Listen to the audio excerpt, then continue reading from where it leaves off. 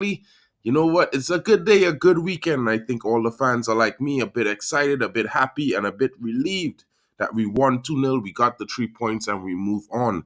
Guys, the FA Cup quarterfinal is coming up this week. What is Manchester United going to do? But there are also players returning this week. WAN BISSAKA back in training last week, Thursday. Højlund back in training. Will he be available for the game against Liverpool? There's also reports that Luke Shaw is back on grass. Guys, what are your thoughts? Get in the comments. Let me know what you're thinking. It's your boy, MarkN, MUFC fan. And I got my boy, John Morgan, in the background. He's going to come here and give his views. Let's see what's happening. Big up to all of you joining us. Don't forget to smash the likes and subscribe. Hit the notification bells if you're new. Let's get it going.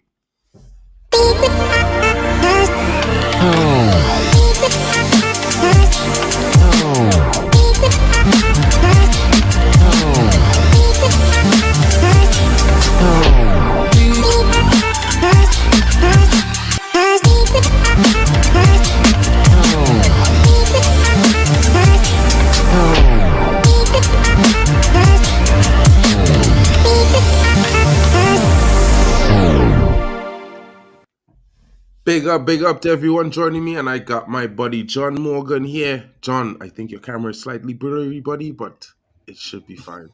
Yeah, I think I must just change this connection quickly. All right, you're back. Oh, you were back. All right, you want to jump out and jump back in? I think he's going to jump out and jump back in. I'll bring him back in shortly. Guys, how are you feeling today? I hope you guys are having a great week. You know, it's Monday morning. And I'm here, Mick. How are you doing, bro? Big up to you, MUFC Realist TV. And if you want to jump in, my bro, I'm going to drop the link in the comments. You can come in as well and give your say. It's a short, brief statement. We're going to talk about, the 3 players returning, the possible FA Cup mixture that we have going on with Liverpool guys at home at Old Trafford. Don't forget, guys, we at home. It should be a positive result, and John is back. Big up to John. What's going on, my bro? How are you doing this morning? Very, very good, very good, very good. Apologies about that whole situation. It's all good. You know how it is, man. Everything sometimes is always is, it's just part of life. Having good days, bad days, stuff like that happens. Oh, look at Facts. But I'm good, feeling good after the result. I looked at the fixtures that we won, the previous fixtures, and I think only Fulham and City is a team that we lost against since the start of the year. And that's going back to Nottingham Forest when we lost. So I think the people, the media, fans want to paint a picture about Ten Hag, and I think that he's actually doing very well. And I think based on yesterday's game, the performance from the players wasn't fantastic, but as we know with Ten Hag, he gets the win. So I'm good. 100%. And I mean, like, it's nowhere near perfect. And it's one of those things where I look at it from the perspective that, we're doing this from the point of a rebuilding situation. I mean, lots of people are hyped about the performance and they expect to push on. And I can't disregard their comments because it is the second season of his tenure. But at the same time, knowing what we know about the players who were here before he came, for me, it's a bit disingenuous for us to be criticizing him on an extreme level. Like, he's not a great coach. He's not this, he's not that. Because as we can see, he's doing kind of what we expect him to do without his key players available. He's making it do with what he has left. And for one of the squads in the league who's been suffering with injuries all season, especially from the beginning, with key players out in defense who were responsible for us carrying the 18 clean sheets last season, no losses at home. Those guys weren't available but for like 9 to 11 games. In fact, and we also won all those 9 to 11 games that they were available and drew twice otherwise. So it's kind of weird when you look at the perspective that, when he has his full squad available, this manager is successful. This team performs. They win games, So I'm just looking at it from the fact that, you know what? It wasn't a great season. We still have 10 games left. If you look at the run-ins, like you mentioned, the batch fixtures coming up, there's in the next 6 games, the 2 teams above us, they play each other back to back to back to back in 4 game weeks. You know what I mean? Mm. So Yeah. Tottenham, they're gonna face Arsenal, they're gonna face Liverpool, and then they're gonna face City. They're facing Arsenal at home, City away, Liverpool away, and they also have to play Aston Villa at home. You know what I mean? And then if you flip that script, Aston Villa has to play Tottenham. They have to play Villa. I mean Liverpool. They have to play Arsenal, and then they have to play Man City. And that's another situation where that's their 4 to 5 games in the next 6 weeks, week after week after week. And this is where I start feeling a little bit of positivity for Manchester United. I start feeling like, we might have some tough fixtures, but our toughest game is versus Liverpool twice, one in the Cup and one in the Premier League. We have Yeah. Brentford, we have Sheffield, and we have Chelsea. Those are our games in the next 5 weeks. And if you look at those fixtures from the perspective that I'm looking at as Manchester United, you're definitely going to be able to, you know, possibly come away with at least 9 of the 12 points that are available, if not 8. Because you Mm. know what, we should beat Chelsea, we should beat Brentford, we should definitely beat Sheffield United. It's the Liverpool game that's all the trouble, and we play them in the cup 1 week before. So you never know, we might be able to get a result in the cup and thereby help ourselves get another result at home in the league. I don't know what your thoughts are, but what's going on. Yeah, I fully agree with you, Mark. In the sense that Villa, I don't think they're playing Tottenham again in the league. I think they finished with Tottenham, but I know that they're playing Brighton, Chelsea, Liverpool. They're playing and City. They're playing all these and Arsenal. They're playing all these different teams that they're definitely going to drop points in, right? And if you look at Tottenham's fixture list, like you said, I'm just really reiterating what you said, and um, how intense it is. Because remember, like, it's for me personally, right? It's easy for us to for it's easier for a team to play against Nottingham Forest, a Fulham, and a City in that order, right? Because you potentially could win you could potentially get 6 points out of 9, but it's difficult to play. Let me just go to Tottenham's fixtures quickly. It's difficult to play. Uh, so they lost few games, right? They have Newcastle, City, Arsenal, and Liverpool all after each other. Literally all four after each other. That's a potential 0 points out of 12. That's crazy. That's nuts. So, and they must still play Chelsea. And they still also have to go to Fulham. When you know of how difficult Fulham can be, and we know how difficult West Ham can be. So, I think based on the league the league at the moment, I don't think it's a long shot to say that we're in the race for a Champions League spot. And at the same time, like if I look at our fixtures, we really just have Liverpool, like you said, to worry about, right? Then we must play Chelsea, and Chelsea is up and down, so they don't really have a good record against us the way they have a record against Tottenham and Aston Villa, right? And then we must play Arsenal. Arsenal, that's a sticky fixture because Arsenal's playing fantastic football at the moment.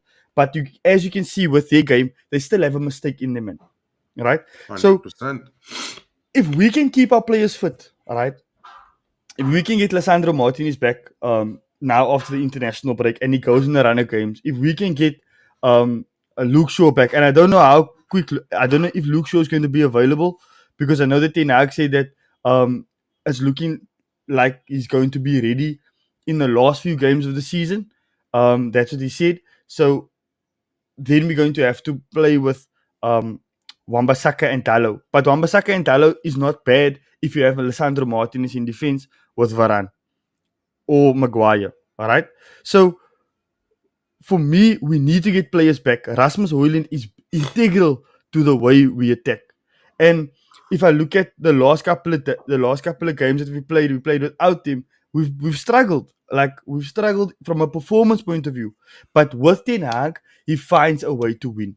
Like it's crazy how he finds a way to win, and we're not giving him enough credit for that. We're not Yeah, man. giving him enough credit for the fact that he can find solutions and find a way to win, right? So oftentimes we take the bad and we make the bad worse than what it actually is. And oftentimes we want to believe that the grass is always greener on the other side. But what if you have a Deserbi? Deserbi at the moment said in a press conference that his medical staff and his backroom staff need to be better. And at Man United, we know that your medical staff and your backroom staff and all the staff above you is horrible. So you want a manager that's complaining about his backroom staff, is complaining about the club, when we know the Glazers, the backroom staff, the medical team is not up to scratch. To the point where Ineos come in and they made immediate changes. In literal immediate changes. They said, right, we're bringing in David Brailsford, we're bringing in Omar, we're bringing in John Claude, whatever, and we're bringing in Dan Ashworth, and we're bringing in a new scouting guy. We're bringing in a whole new backroom staff. Hold So on, Jim. we mustn't want the next best thing. Not the next best thing. We mustn't be um uh, uh deceived by the thought of he's going to be better, because we've said it time and time again that the manager is the problem. We get rid of him. The next manager comes in, he'll be better. No, get rid of this manager. Style of play. We always hear style of play. We always hear falling out with players. We always hear he's not good enough. What about the fact that these players is playing since Van Gaal, since Mourinho? Literally, they come with toxic mentalities. So, yeah, I think I would really want to credit Ten Hag for the performance on at Everton, because not that the performance was great, but for the fact that he set us up in a way so that we could win the game and win the game comfortably. 100%, 100%. And I totally agree with you, because when you look at it prospectively, I mean, I didn't really speak too much about it yesterday, right? But last I was thinking about it last night while I was doing this stream reacting to the victory, and I was thinking to myself, why are fans so heavily caught up in what Ten Hag says word for word? It's not important what he says word for word. What's Mm, important is that the actions, what you see after, because when you look at it, he was truthful and honest in his first season about the performances of the team, about the performances of the players, and what happened. Players could not handle it. yeah. They started forcing this play. One play, you see, we had the Jadon Sancho scenario this season, and for the life of me, I can't understand why is the manager is not allowed to criticize players. I mean, how else is he gonna get them to perform? All managers is a normal thing, especially in English football, for managers to criticize the players on the field. You know what I Mm, mean? All of a sudden, with the height of social media and social media fans now, they should not be criticizing players. It's insane. The weirdest thing for me is that you know people all of a sudden think that they working for a company and their manager is enabled to criticize their performance, which mm, he is their manager. He is the only person in the room that you immediately work with that is able to criticize your performance. Your friends, your co-workers aren't able to, and even if they were, they are not the ones who determine what type of performance they expect from you. You know what I yeah. mean? The manager is the one who's turning around and saying, listen, we want to excel, so I need you to to perform at your best. Mm, And if the manager can't give you a criticism, or if the manager gives you a criticism, the most you can do is internalize it and assess whether it might have some bearings or truth behind it, and then work from there. But to yeah. come out and complain about it and cry about it and act like if you're a scapegoat and innocent, I think that's immaturity, and is in one way it shows that you're not at the level where you need to be in life, because sometimes you're going to have people criticize you negatively or positively. It's not up to you in every single scenario, but you have Mm. to be able to deal with it. Sometimes you could accept it or you could prove them wrong, and in sports, usually the best players prove managers wrong and prove people wrong when they're not performing well. 100%. And Mark, I mean, like if you look at now the report that came out now yesterday or today, I think, with Jadon Sancho saying he blames Ten Hag for the drop in his performance levels. But if we look at his performance levels since Oli wasn't good enough, and Jadon Sancho was never a player that was lighting the world, setting the world alight at United, because he never ever got consistency in his game, and that's because of his own self. It's because of his he himself. He's the reason why he didn't get consistency, because he was 100%. the one that had to be sent to the mountains. He was the one that threw his toys out of the cot and put the social media post on his social on put the social media post on Twitter, so and on Instagram. So, like, how can you blame other people for your actions, man? That is like you said, immature. That is unhealthy. Literally, if you're a player and you want to make a name for yourself, you want to be, this brand, and everybody must look to you, and you want to be an example to kids and people. You want people to buy your shirt and have your number, and you really want to be this player that they look at the same way they look at Mbappe, or the same way they look at um who's the other wingers, Vinicius or Bellingham. These types of players literally take themselves and they say, I'm going to train hard. I'm going to make sure that I'm playing. I'm going to make sure that I'm giving everything for the team, and I'm going to make sure that I win. Hmm. Right? So, um, true. That's so true. What Kenny's saying is so true.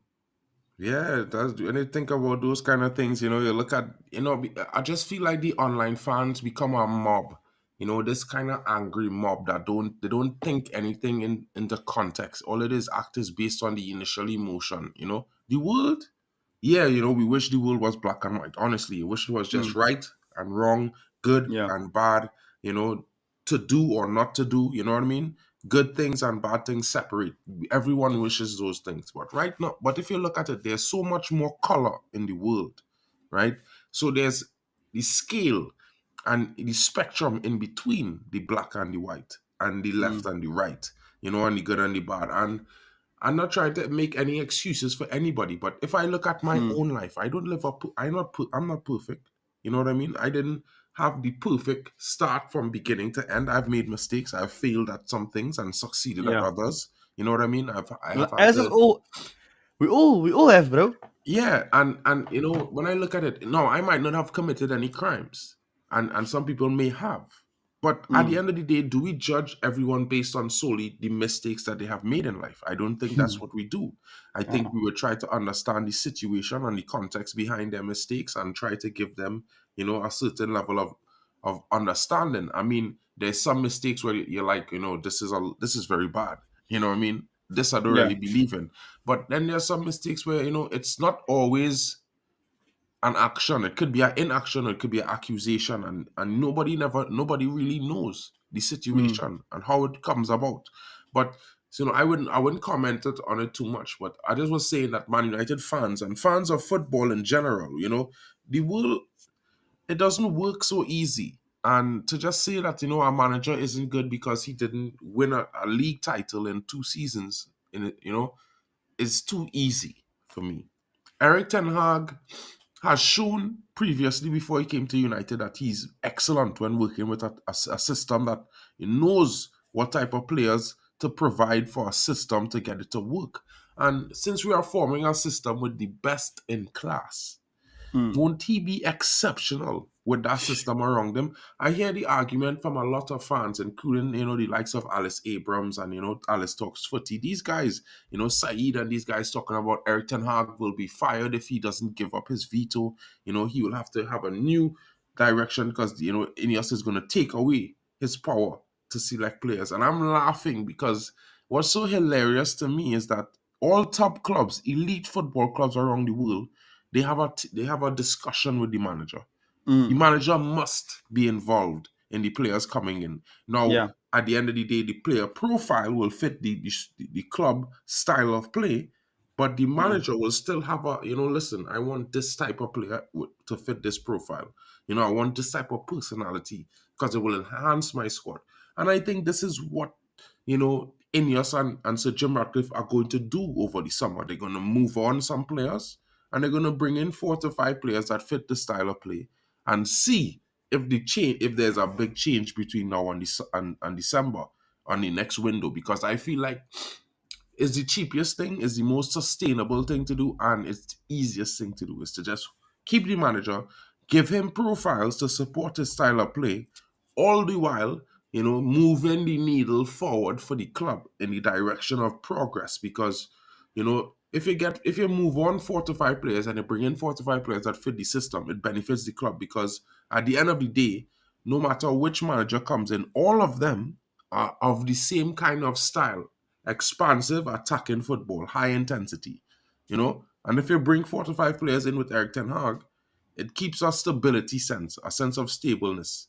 It brings to the team and makes it transition smoothly. And if he's not the guy, let's just say time January around this time, we're not having such a good performance again. He already received 4 to 5 players, and nothing's changing. Then we could simply transition to a new coach. With that will probably get the rest of the bad players out of the club in the following transfer window. But you see, Mark, for me personally, I don't think that is fair. All right, come and tell you why I don't think it's fair. Mm. Because I agree with what you said with regards to him, feasibly, and from a business perspective, it is wise to keep him, right? And I agree with it 100%. I would like him, all right, because we know you can't win a league trophy you have a project and you win a league trophy in 3 years. That's impossible. I know Leicester came and they did it, but that's an anomaly, right? So for me, I would give him longer than just 6 months after in the new season. I would say, look, Ten Hag, we are now the new owners. We are now the ones that is going to provide you with the personnel that you need above you. So I would say here is another 2 years onto your tenure. So now we give you the players that we give you the style of play that we want, because Ten Hag said that the club gives him the style of play. We tell him, look, Ten Hag, we needed to play this style of football, and we needed to do it in this particular way, and we needed to win whatever, right? And we need to be close. We need to be challenging for Arsenal, City, Liverpool. We need to be in that conversation, right? And here is 2 years. You can do it. We're going to give you the players with the veto of yourself. We're going to say, here you go. There's the players that we want. What do you say? Do you want the player? Don't you want the player? Okay, if you don't want the player, it's fine. What's the alternative? And work like that. I think what you spoke about now, and give him the time to mold Olise into the player that he wants. Give him the time to mold the Debo into the player that he wants. Because remember, he got Wan Bissaka. Wan Bissaka was iced out of the team, right? Because he didn't see him as a see him with a future. But then Talo got injured, and all of a sudden Wan Bissaka could play the Eric Ten Hag way because he adapted and he worked on Wan Bissaka's game. Now Wan Bissaka is a much better player compared to the player that we know him from Oli, right? And that's what I'm saying. If we're going to give him new players, great, give him new players. But you have to give him the time to work with these players and allow these players to also to go through the process of learning. Because you see, Mark, for me personally, right, it's so easy for us to say, like, sack him. But in everything that the players have learned and everything that they have grasped and kind of moving, everything that the whole path and the journey that they walked already with as manager has now gone to waste because you're not saying no. Now the new manager comes in, for argument's sake, it is now best case scenario. Hansi Flick, he comes in and he says, I need you to press German style. I need you to play this type of football. I need you to do this. I need you to do that. And then you have players like McTominay and Maguire and all of these players that's been there. They're like, no, we don't do that here. We do something different. And then what? We have the same cycle, same problems until you get these players out. So I agree with you, but I just think that he should get more time rather than just um, you know, 6 months or whatever. Well, I mean, like, to be fair, I would like to give the manager more time, John. But the reason why I said the next January window is because, a lot of fans like to think in this finite moment that, the answer is always sack and bring someone new. So, Mm. but I feel like it was more palatable, and it would be more palatable for fans if I was to give it the example of, let him get it until the January transfer window. But deep down inside, from what I have seen from this manager, the performances I've seen from the team when he has all his players fit, I have full faith that this manager will turn this team around. That's just me. People might say I'm toxic positive and I'm, blindly following the manager, but Toxic positive. How does that even I work? mean, yeah, some guys might have a different opinion, Uh, and like, for me, I don't watch football like I play FIFA. When I'm playing mm, FIFA, it's all fun and games because it's a game. And yeah, in FIFA, I could, transferring players, how many other players I want, and immediately the chemistry will be great because the chemistry, theoretically they will have a good chemistry with each other because they see the icons, they see the information there, and then I am controlling them with my controller, so they all do what I want to do, so they play my style of play, my way. You know what I mean? yeah, This manager and all managers, they are unable to do those things. And yeah, sometimes, big up to UGB, I feel like, some people don't differentiate between video game and reality, fantasy and real life, because, they talk about managers setting things up and the way he set up the team was destined to fail. Like, you know, I feel like we're talking about NPCs who's follow programming, you know what I mean? But these are human players that playing on a mm, football field, and most of them have more than 5 years experience playing at this level, and with yeah, different managers who are extremely, capable in their own rights. And mm, you're playing against teams that you're used to playing against. So are you telling me that you have not developed any experience playing against the players that you're coming up against to say, well, listen, I know this guy, he is going to come rushing in hard from the left. So I'll go right this time instead of mm, turning left to go running into him. You know, I feel like players need to adjust on the field of play. If the manager sets the team up, he sets a formation, he gives you directives. I feel like in executing those directives, you still have the ability to say, you know what, I can still do this, but in order to get to that point, I need to go left and right first because I need to get around these guys in midfield. And this is called adjusting in real time. And this is where the best players are found. Because if you mm, look at Man City, Pep's setup isn't so great. If you look at the game last night against Liverpool, Pep and Liverpool played the identical game to mm, Pep and Eric Ten Hag. It was identical. The only difference was Man City scored first against Liverpool. mm, Liverpool had 2 shots for the entire first half, zero on target. Liverpool fans in their nice little things, their little names for the for basically, the thumbnails and stuff underneath is Liverpool, destroys destroys Man City, or Liverpool, bombards Man City. You had 0 shots on target for 50 minutes, bro. mm, Zero. Not one shot hit the key. The keeper didn't have to save. You know, it's disappointing. Like when you watch it, like, and they come out saying this and that. Manu Tata coming in saying Saeed is realistic and believe in calling Eric Ten Hag out. Well, bro, let me tell you something, bro. Saeed wanted Eric Ten Hag first. He was the first fan to stream and talk about Ten Hag in. The one thing I will tell you about Saeed is, he's a very good guy, very consistent. But I mean, on all honesty, I will always question his footballing IQ because, his belief in football is the only good football is Pep. It's the way Pep coaches football. If you listen mm, to how he compares the teams, he say, well, don't you see what De Bruyne does? Don't you see what Bernardo Silva does? And in reality, it does not work like that. Football doesn't play one way. And the way Man City plays, the only reason that they can play that way is because they've been together for 9 years. You know what I mm, mean? Like the creativity and the chemistry between the Man City players are so in depth. None of the guys there's only 3 players in that squad starting 11 who has playing there less than 3 seasons. And that's the funny bit that people don't acknowledge. It's the same with yeah, Liverpool. If you look at Liverpool's situation, Liverpool is only 3 or 4 players at most in the starting 11 that has not been there for more than 4 seasons. At most. You know what mm, I mean? So this is the other thing where a lot of fans, they don't take into consideration, right? mm, They always wanted to have this hyperbolic statement. Well, he have players, and he has academy players, he has substitutes. They should be able to play the same way. Theoretically, they should be, right? Mm.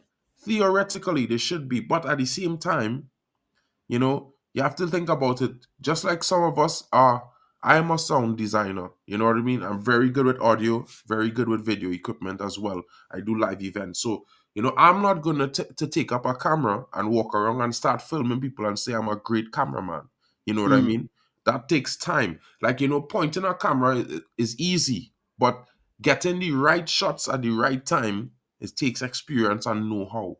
You know what I mean? Mm. So at the end of the day, you know, we could always criticize Ten Hag, but if we don't have players profile for replacements for the key players, how are we making an even criticism compared to Pep, compared to Klopp, compared to Arteta, even compared to De Zerbi? I hear people saying that De Zerbi have injuries, but people forget De Zerbi has one of the best structures in the league behind him. And if anyone knows about Brighton, they had the interview with the CEO a few months ago, and the CEO came out and said that they have 3 players for every position, profile-wise. And then they have a few extra players that they call Mavericks, players who can do a bit of it all. You know what I mean? So when Mm. people make the excuses for Disabi, why they don't make it for Ten Hag? Ten Hag has been Yeah. suffering with the most injuries of any manager this season, especially the most key players. So when people say, well, look at our defense last season, well, or those guys have been injured for the better part of this entire season. They were fit for just about 11 games. And you want to know something? We won all of those games. You know what I mean? And that is what people don't look at, you know. You know what I Yeah. mean? They want to talk about the negatives and the false positives. Like, come on.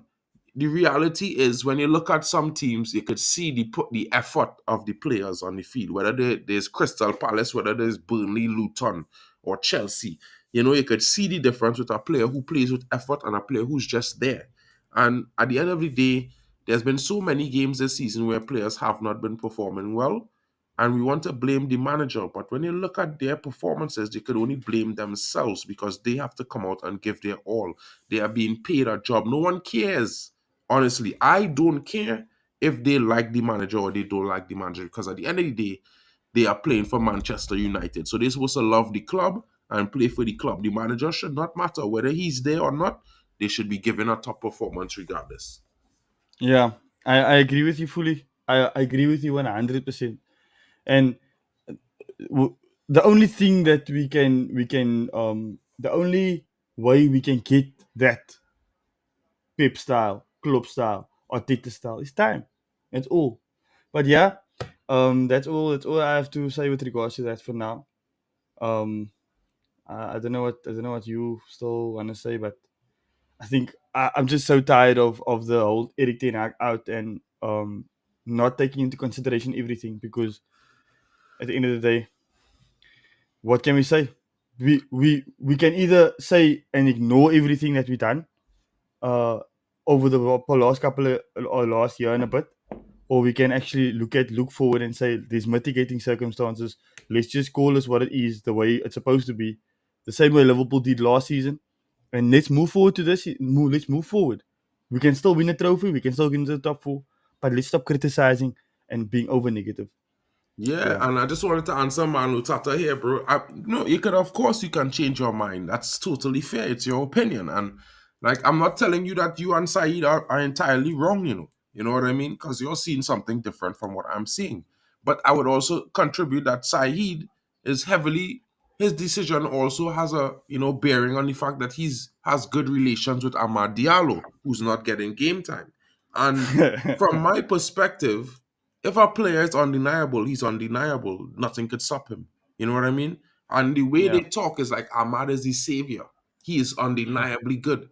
He's only ever shown a good performance one season in the championship. And I'd like to remind folks that this is all the while they're downplaying a player who has doubled that GA in 2 seasons back to back, right? Playing in the Champions League. You understand what I'm saying? So if Mm. we don't want to count winning 2 trophies in the Eredivisie, then obviously we should count playing to the quarterfinals in 2 Champions League 2 years in a row, having at least 10 GA. which is, I would say, more difficult than having 20 GA in the championship. You know what I mean? And I'm talking about Anthony and the comparison with Ahmad. Now, Mm. for me, Ahmad, he still deserves to get some game time because I would like to see what he can offer us as Manchester United fans. You know what I Mm. mean? Anthony has not performing, so I'm totally happy with him coming off the Yeah. bench with 10 minutes left. I have no problem Mm. with that. But the problem True. therein lies with me when, we want to jump on Anthony's back and say, well, he's rubbish, he's not good enough. Maybe he's only Eredivisie level. But yet, we've seen Ahmad come in 2 games and the man can't even put a cross in the box Sure. once. He's a winger. Not one ball he has placed into the box that a striker or attacking player for Man United has received.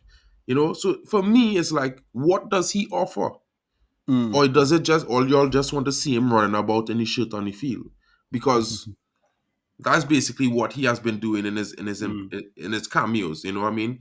You Yeah. have to think about it logically, and the manager is not going to see what we all see. Of course, Mhm. John is going to criticize Ten Hag. Of course, I am going to criticize Ten Hag. I don't like to see Scott McTominay starting. Sometimes I don't even want to see Scott McTominay in the team, and he comes in. But you want to know something? The manager is the one who has to decide. And when he makes a decision, if he gets it right, he wins. So you can't be saying that the manager is all bad. And if you look at all the different circumstances which he had to deal with this season, no other manager had to deal with that. You have to give him Yeah. some credit for keeping balance, keeping confident and backing himself, and being able to keep his calm through that trying time. Guys, it's just been a short stream. John and I, we are just coming with this little brief views because we wanted to talk really about the players returning, WAN BISSAKA and like Luke Shaw, and the Mm. likes of Højlund is going to be back for the next game. FA Cup is coming up this weekend, guys. We have the match preview on Thursday night, but John might not be here in the night, but Thursday morning, John and I will be bringing the news to you. We'll see you all tomorrow. Hope you all have a great day. We're going to catch the recklessness with KG now. So, guys, if you're joining us, come on down. Let's get in. Hope you guys have a great morning. Manchester United won this weekend, guys. It's been a 2-0 situation, and right now, we're looking to chase down the top 4. Is it possible? You never know. In the next 5 games, we will see, because there are 2 teams above us that face a grueling month of April, facing all the teams above them 1 week after the other. If they can get through, then they might set themselves in top 4. But if they drop 9 points, Man United will be there, guys. Big up to all of you coming in, and most of all, big up to my buddy John Morgan. Big up to you, GB. Big up to GB with that statement. Big up to you, Manu Tata, and big up to you, KennyFANtv. We'll see you all later. It's been us with Man United views, morning news. It's been the daily update, guys. Catch you guys later.